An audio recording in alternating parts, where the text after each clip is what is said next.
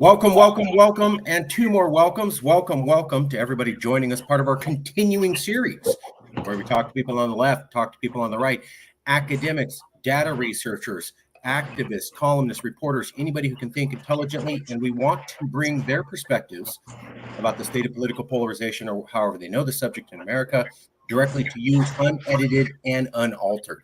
With us today, it is our privilege to have David Francis. He's a senior interactive developer in the information technology section or department of Bowdoin University. I interviewed a lot of people from Bowdoin, great university. He provides technical support for various digital initiatives for the Bowdoin College Museum of Art, the Arctic Museum, and the Bowdoin's Library Special Collections. He also provides support for faculty projects like this one we're going to talk about. He's had the opportunity to use all the skills he's learned to develop a variety of applications and, of course, learn about all the many haunted aspects of this fine institution. I didn't know it was haunted. This is the article that I found him with, but first let's check in. Did I say anything wrong about your introduction? I know it's kind of sparse. Is there more you'd like to cover to introduce yourself to the public? That's what I could find when I was looking online. No, I think that about covers it. Yeah, I think that's a good introduction. Okay. I know what this is about, but my opinion doesn't matter. Could you explain to the public, what is the Strengthening Democracy Challenge? Why was Stanford trying to do that? And what was your participation in that? So I actually don't remember what initially started Stanford's dive into this. I do know that it was something that had a lot of people took interest in it. And so my introduction to it came about because of research that Professor Stone was doing, and he reached out to me as a data developer to help him realize this concept of an application that we called media trades, which allowed people to submit stories to one another, news articles from the left and the right, and they could then share them and react to each other. And Dan wanted to take this and see if the Stanford Strengthening Democracy Challenge would be interested in a format of that. And so he really developed the proposal for it. And we were all kind of surprised that our proposal did pretty well. So, yeah. You guys were already looking into this at Bowdoin. You were already developing it. You already had the team together. And then I don't know if maybe towards the end of when the research is being done or after it's done, the main lead professor says, well, let's apply to this Stanford Democracy Challenge and see if they like our research too. Am I getting that correct, sir?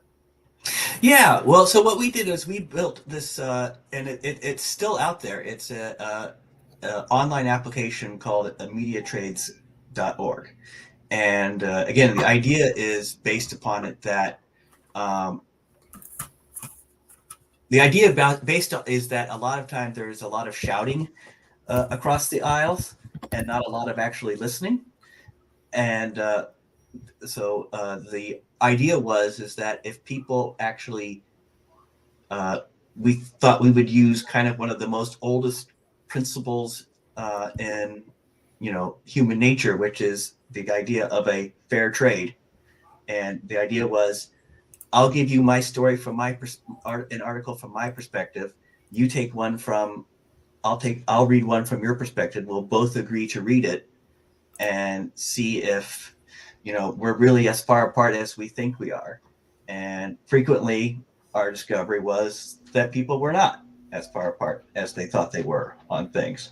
And so we were pretty excited about this, but we didn't really get a whole lot of engagement with it. We had a tough time getting people paired up to it. And I think that might be, we probably needed to do a little bit more research into what actually would engage people more. And so because this didn't drive as fast as we wanted to,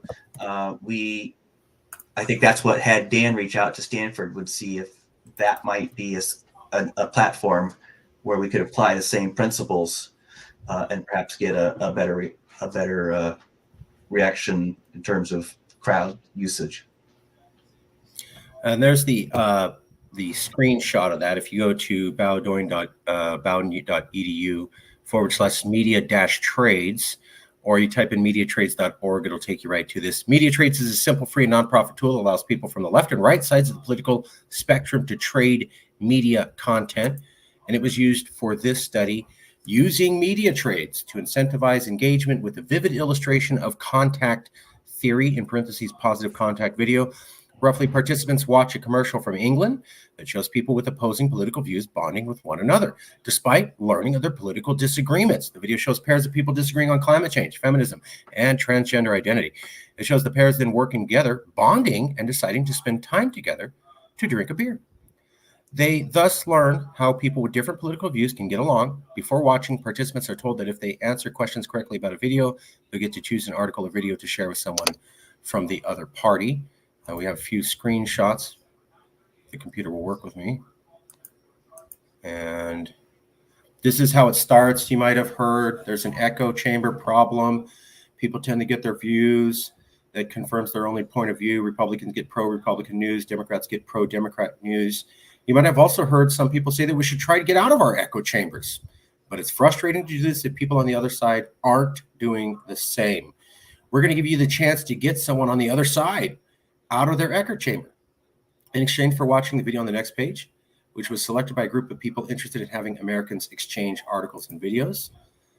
And then it says two strangers divided by their beliefs. And then you get pictures of people who are arguing with each other and then eventually coming back together. Is that roughly what this survey was? Is that you live in an echo chamber? So maybe if you look at a piece of news I think is relevant, and I look at a piece of news you think is relevant, maybe we could come to the understanding that the other person isn't a total idiot and backwards, and maybe has something worthwhile they're pointing to. That is the idea. Yes, is that again, that's kind of the whole concept with echo chambers, is that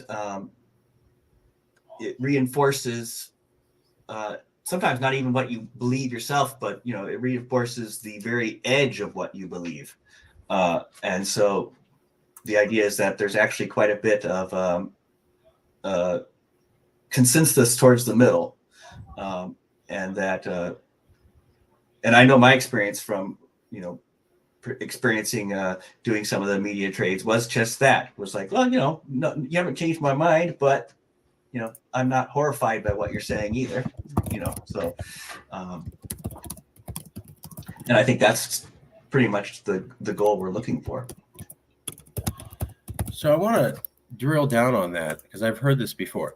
You haven't changed my mind, but I'm no longer horrified of you. So you didn't change my mind to support your policy position, which I think they call political polarization, but you have reduced what scientists call affective polarization, which is I just hate you because you're the other side of the group. Basically, I know I'm cartooning it a little bit, but so I just want to be clear with this research of getting people out of their echo chambers and realizing that the other side had some important facts that were actual facts. You didn't actually get people to say, we all agree now this is the right policy, but you did get them to be less angry and partisan and hateful towards each other. Is that fair? Yeah, at least long enough to drink a beer. Yeah, that was And I love the video. Everybody should. It's great. If you guys have not gone, anybody watching the series, go to the Strengthening Democracy Challenge at Stanford University. There's the title bar. You can just type it in. Lots of good studies on how to improve where we are in America. And I watched the video on this one, and I will say it was kind of shocking, because at the beginning they're saying, I don't support transgender rights, or climate change is all fake. And you're like, oh boy, this is going to go bad really fast. And then the other guy, the other person is, I'm a card-carrying lesbian and I love LGBTQ rights. And the other guy's like, I personally was affected by climate change. And I know it's a clip of a larger conversation, but at the end, you can literally look at their body language. They're not as, we're going to have to fight you. They're more like, okay. You can literally just look at the body language of every single group of people they put together, and they're a lot more relaxed. And I just see you as another person. I don't see you as the enemy. But I want to be clear, because I've seen some other researchers say, well, if we could get people out of their echo chambers, we could all come to agree on a specific law. It doesn't exactly look like the research says that. Is that fair? I would agree. I mean, that's not at all really the goal of, as far as echo chambers go, is, it's healthy disagreement is seen that way as healthy. What's really the interest, and especially with Professor Stone's work, and he just recently put out a book which was called Undo Hate, which is a very academic, I mean, it's still very readable, but it's a very, it's got a lot of statistics and data studying, these trends of people's, affected views opposed to their actual views. And a lot of the research comes from this media trades that he's been working on and other things. And it is, it's just that. It's not about reaching consensus or agreement. It's really more just about not being alarmed by the differences so very much. So we could get back to a point where we can reasonably disagree. And I believe this is the book, Undo Hate, Daniel F. Stone, Behavioral Economic Analysis of Hostile Polarization in the U.S., Politics and Beyond. And then that's what I've seen a lot of theorists say, is that, there was always partisan politics. You can go back to Ronald Reagan, but people would seem to be able to get something done at the end of the day. Ronald Reagan famously would really slam and castigate the Democrats, but at the end of the day, he would always work with a Democrat called Tip O'Neill, and they would get things done, mostly based on their shared Irish heritage. But hey, who cares? They got things done, whatever it took. But now we have, I disagree with you. I disagree with your policies. Therefore, you are a, quote, enemy of the state, or a, quote, existential danger to my way of life. Those are phrases that have actually been used in polling. And if we could get back to where I just view you as someone with a different idea versus the enemy, then maybe we could get back to a more functional country. I think that's roughly what they're saying. I do want to ask you about this. You had a tough time getting engagement. Was that because Bowdoin was experiencing political polarization itself? People didn't want to participate in the study, or was there some other mundane reason? Well, I think there were a couple of things, and I mean, my belief is that neither Dan nor myself are really we're not like marketing savvy people. I mean, he's an academic. I'm a technologist. That's not going to exactly bring the groupies come rushing. Right. And yeah. So yeah. I hear you. Yeah. We needed to do some work so for example, I think there were way too many steps that people would have to go through. And I feel like, people need a quick hit of gratification. So I think we probably just needed to work on that some more. And I hope we do. I hope Dan and I can get together and do that. And so I think that was one thing. And I do think it also, Dan has used the application in his classroom, but that runs into problem because being at Bowdoin is mostly a left-leaning sort of liberal arts college. And so he couldn't get that pairing. So what he actually started doing was reaching out with other colleges, which was kind of cool. So he reached out to Clemson, Professor Shlippy, I can't remember exactly her last name, Mukahari, I think, and was able to get a lot more pairs that way. Clemson being a little bit more to right-leaning as a rule than Bowdoin would be. So I'm hoping we'll see more of that too as well. But I think that was the main reason for media trades is we just need to be a little bit more market savvy. Fair enough. Fair enough. And then also just your clientele there is more skewed to the left in general. In general, not Mhm. trying to make any statement, but um, have you personally noticed an increase in political polarization in your life? I believe Bowdoin's based in Maine. Is that correct? Mhm. Mhm. Not every professor or expert we've interviewed on the series has said yes, but some have said, in addition to academia, I did have a story from my personal life where I go, it didn't used to be that way. That's different. I remember we used to get along, and now Terry never goes to the PTA meetings, or John doesn't show up at the bowling league, or Raul doesn't say hi to me as much as he used to with his biggest smile. You don't have to, and you don't have to share if you're not comfortable. But if you are comfortable, and if you do have any, do you have any political polarization stories? Have you noticed? And there's no right or wrong answer. It's like this happened to me. I saw it, and I remember thinking, that's different, and not in a good way. Do you have any stories like that? I would say probably not too much, and I would put it into the terms of that Bowdoin is a small place in which pretty much everybody knows everybody, and so it's kind of like that. It's a little, with that uh, video that we had, you would see that when people knew nothing about each other, they were comfortable being hostile in general. Right. Once they get to know each other, they're less comfortable being openly hostile, even if they may be in complete disagreement. And I think it's helpful where we are. I will say also, though, I mean, on a less personal level, what you said earlier about Ronald Reagan and Tiff O'Neill, that really rings true with me about the different level of how things used to happen. I mean, I think about, you know, like I'm from Indiana originally, so I can Okay. think about like someone like Dick Lugar, Right. uh, who, or uh, it seemed like there was a lot. It was a lot easier for people to work across the aisle than it is now. I've come to embrace that particular example because of these interviews with different people here. A lot of professors have said initially when I was getting started, I was saying, political polarization is bad. How do we fix it? And then a couple of them said, well, hold on. Political polarization is like bacteria. Some bacteria is bad and you need to clean it and kill it.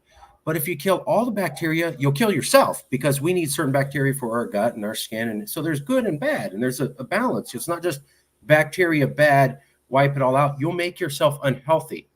And so what they were saying was you have to have some level of polarization so that voters know what the two parties are and they have some difference to vote for.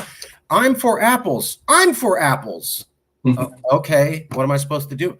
I'm for oranges. I'm for apples. Okay, now there's a real difference. And you can go back to the 1950s when Congress even issued some report saying there needs to be bigger differences between the parties because it's harder for the voters to know what the hell they're voting for. So there's a certain amount of polarization they said is healthy. And then there's too much. And I liked Reagan because you can't say that Reagan was not a polarizing figure. He was a polarizing figure. He was a total partisan. He loved making fun of the Democrats and slamming them and have jokes on them. And he loved that. And he'd do it all the time. And people loved it for him. At the same time, he always got legislation passed. He passed a lot of stuff that was quite popular with Americans and today would be called a liberal or progressive thing. At that time, he sold it as middle of the road. Today, it'd be called liberal. And he wasn't destroyed by his party for doing that. So there was an ability to be a partisan, their ability to cheerlead for your party, to explain the difference, but at the same time, a total willingness every single day to at least talk to someone on the other side and say, well, what do we need to do to get going? I understand I talk bad on you on TV for 2 hours, but we got to get this bill passed, right? We've got to. We need to, teachers need funding, or this gun needs to be regular. And there was never a break. He would slam Democrats and then the next minute pass legislation with them. And that seemed to be the way you did it. And then it got to slam the other side and never pass legislation with them. That seems to be, from what I'm seeing, pioneered by the Tea Party at the time of Barack Obama. But then when you get to Indivisible and Trump, it's now gone to the other side. And 5 years after Indivisible and Trump, we're now on the point where both parties have sections of them that say, let's just get nothing passed because at least we don't have to agree with the other side. That's Reagan never would have done that, from my understanding. He never would have thought that's a good idea. So I like that example. I find at the medium point, you have to have partisanship. There has to be a little bit of poking at the other side. There has to be differences. But there also has to be this getting legislation passed in Congress every year so that we can stay on top of a changing and evolving society. I know a lot of people see that. Yeah. I think, and I can't remember his name right now, but this was a professor at Duke that I was speaking to, and his research on polarization really focused on, what was the motivation. So as you were saying, like the motivation for Reagan was to get stuff done, and the motivations that this person was researching on both sides was really more about, venting their frustrations. That in itself was the end game. So, particularly on, say, like social media, he in particular brought up a person who I thought this was very interesting, a very nice guy that he met, but if you went to him on a social media, you would be terrified of him. Right. Because he discovered quickly that the nastier things that he could post, the more people would talk to him. And he was a lonely man. And this was how he made friends. And, if you went to the coffee shop and met him, he was very sweet. But if you went to him online, right, because that's how he was lonely and he was reaching out for engagement. And so that was a very interesting study, I thought. I have to look that up again to get more about it. But the motivations are different now.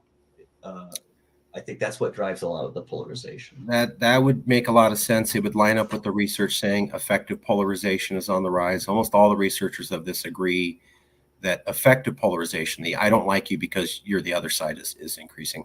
There seems to be debate on if political polarization, I have actual policy differences with you, is increasing. Fair. But generally everyone agrees that there's this, you're the other, therefore you're bad. And I don't mean a little bit bad. I mean as bad as I view ISIS or Al Qaeda or Russia invading Ukraine bad, which is as bad as it gets, as far as I can tell. I mean, you're listing off existential enemies and threats. I mean, ISIS, wow. But it does also make another point that you'd said. I remember when social media got going and I'd read these nasty comments and I kept thinking to myself, you would never say this on the streets. I don't know anybody who would walk around saying these things to other people in public. That being said, there were people who would say politically charged things to others, but they would keep it somewhat with the matter of decorum. So I'm not going to call you names, but I'm going to say people who support abortion are all stupid, or people who don't support abortion are all stupid. But I won't go, you're an evil person and you're wrong and you're bad and you're pointing them. There seemed to be a difference, and social media seems to have wiped that out, where it's be as nasty as you can, get the most attention. And especially if you look at the way our generation is now, I don't blame them, but it's all about getting view counts on whatever social media you have and getting clout. I think they call it clout chasing. And what they found is the more extreme you are, the more nasty you are, you get more viewers. And that means now money. It's not just popularity. The bigger your channel is, the more ad revenue you get. There's people making millions of dollars, or who went from being a high schooler dropout to owning, $100,000 to $200,000 because they pop off on a video every other day. So the financial incentive to say wild, radical, crazy stuff you never say online, it's there. I know people used to be mean to each other before. I watched a newscast from 1990 when they still had public access TV, and it was out of New York City. And it was a guy in New York City late at night at 3 a.m. at New York City. Okay. And he's saying, how do New Yorkers feel about guns? Half the comments were, I'm not going to go into it. They were about his mother and disparaging comments about him. And it was just people wanted to say something nasty, right? It was a call-in phone. I'm not identifying myself. I just say something nasty. The other half were about policy. So it's always been there. But social media seems to have exacerbated that tendency of us to the most extreme possible amount, it seems.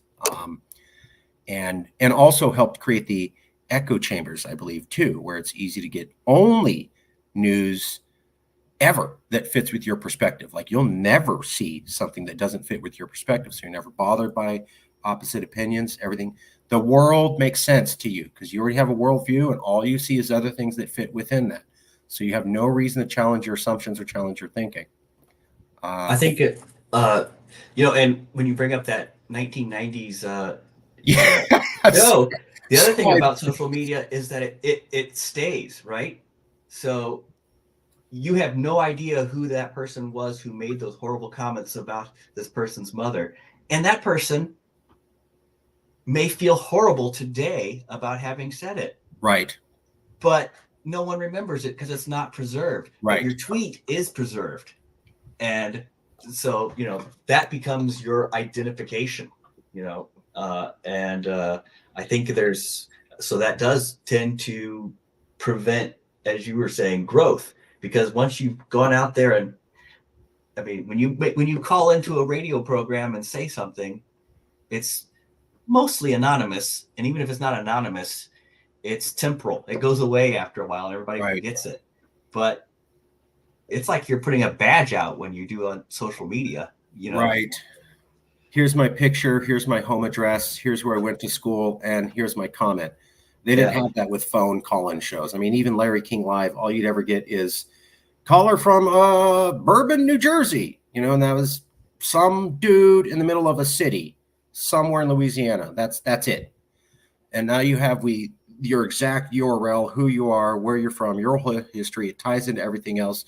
There's no living it down, and you're permanently characterized that. So when you say something nasty, it puts you into a group, and you can never leave that group.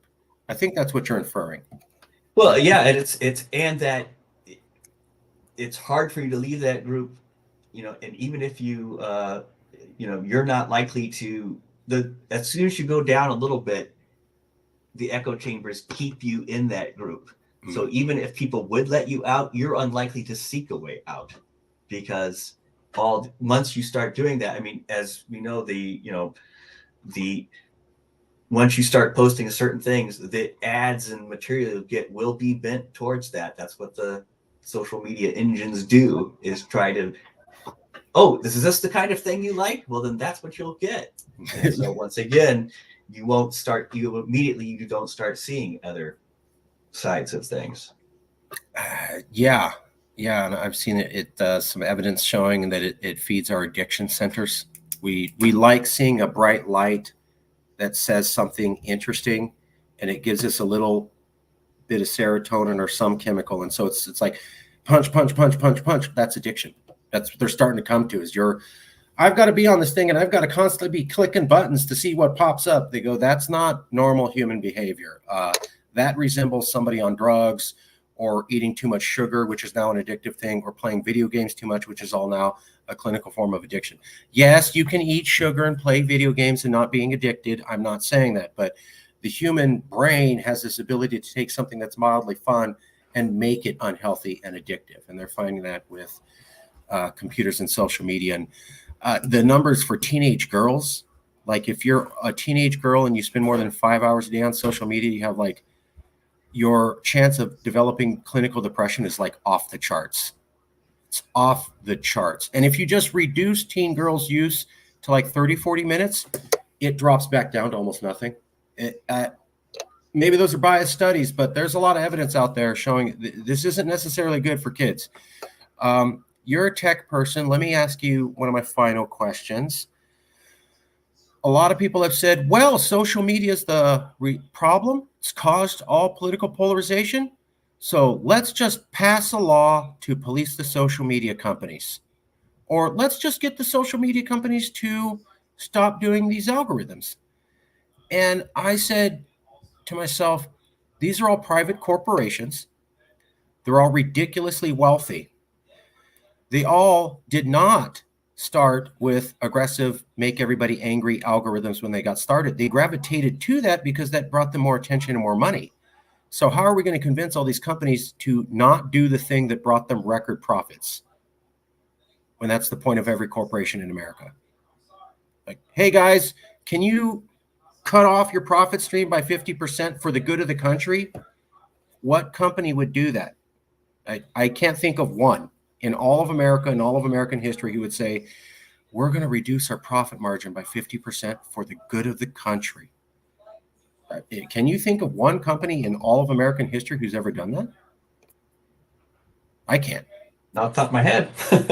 So, do you have some secret magic sauce on how we're going to get these tech companies to stop doing this thing that's polarizing us?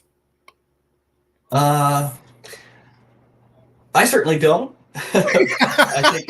Okay. Well, there, and that concludes our. Yeah. You heard it here first. Yeah. That's. Thank you for your honesty. I appreciate that. That is an answer. A lot of people don't know. They don't know how it's going to be done. They don't know how to regulate them.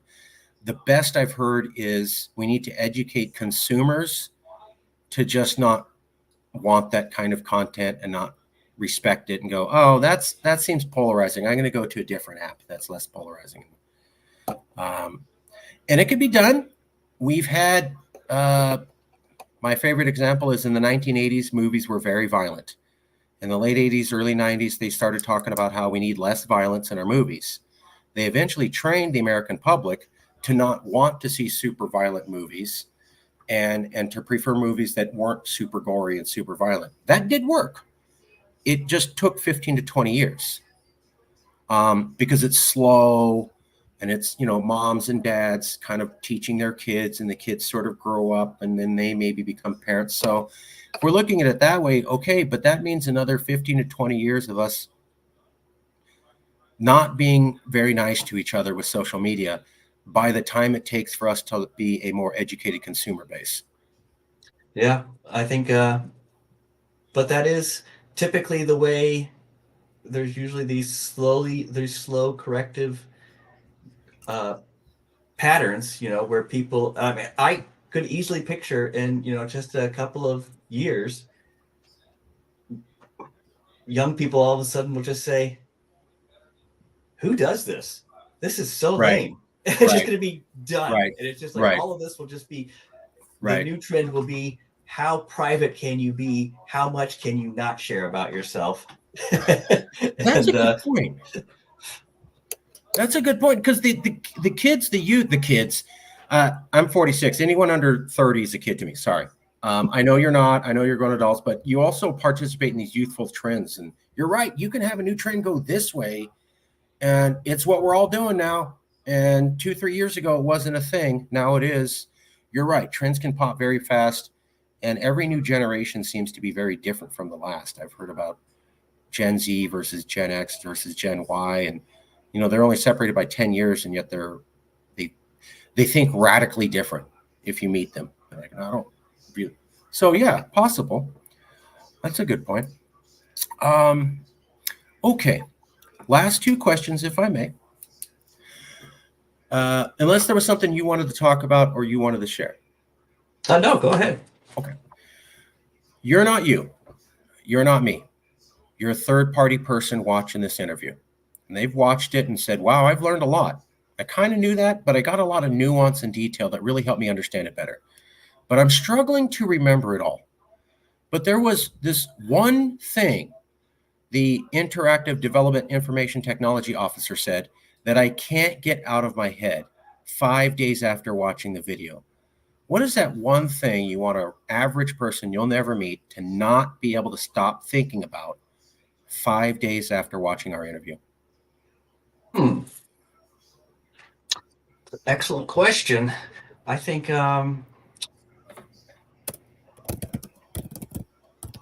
probably, if they haven't thought about echo chambers to actually, every time they look at a piece of news, to just kind of let that run through their brain, just kind of do a little sanity check and just say, am I getting the full story here?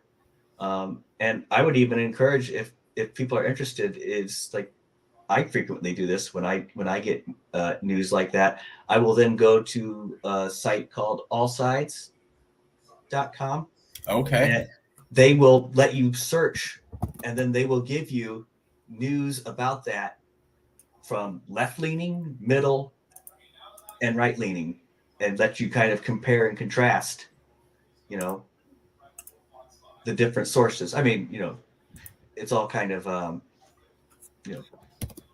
they don't absolutely say that. They just kind of say that, this tends to trend a little bit left, or this trends a little bit right. They're not saying that one is absolutely one or the other, but it's an interesting way to kind of give yourself a reality check.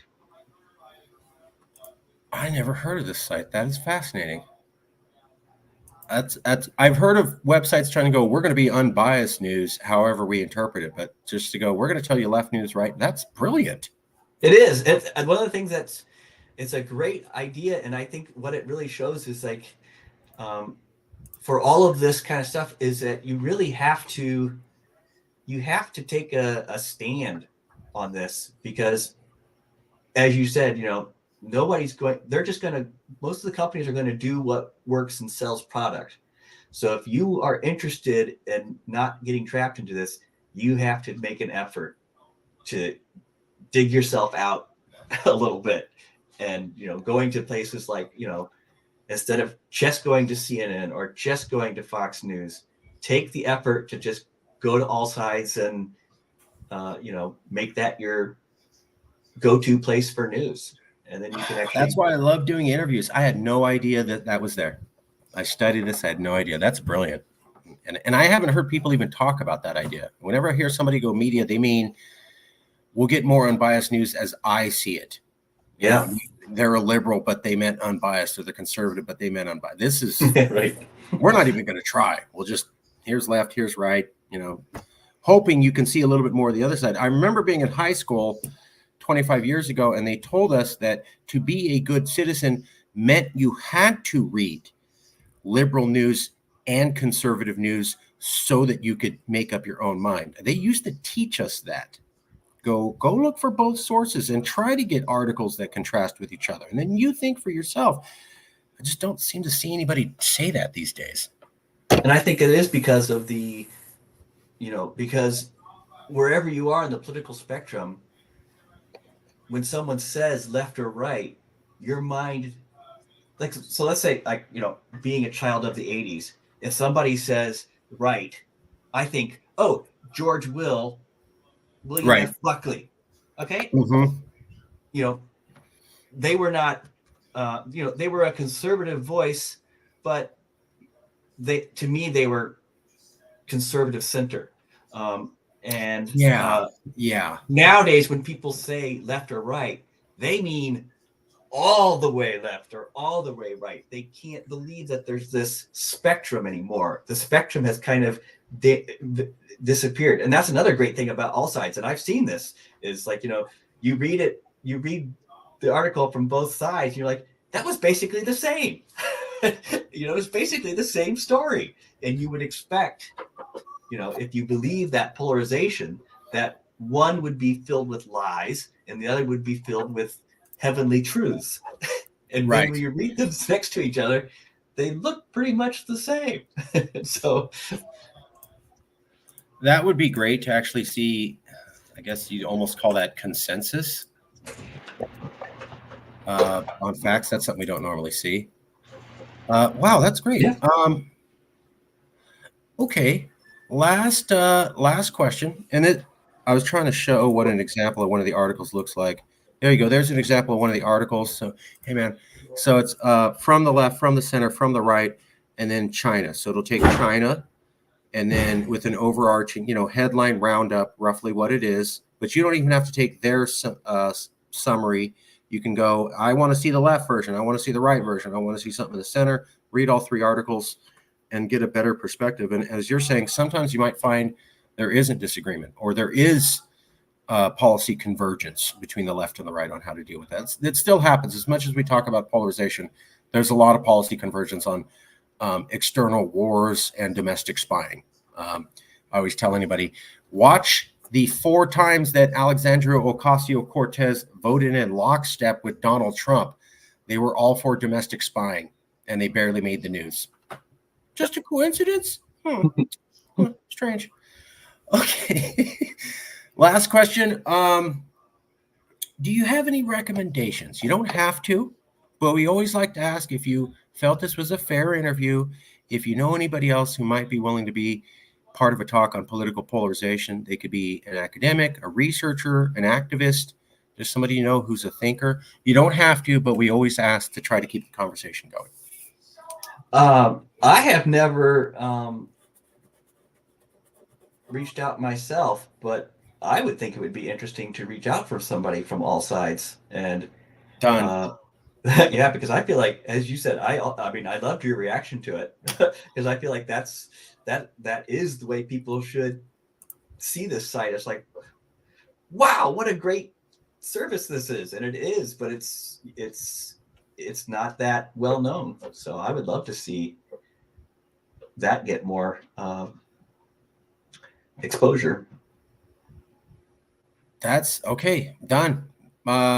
Your wish is our command. We're going to try to make, I'm going to put it down here as a note, and we're going to try to invite them. So there you go. All sides, if you're listening, you're going to see an invitation very soon. We're going to try to reach out to you. I'm not sure who to contact, but we're going to find one or a couple people and reach out to all you.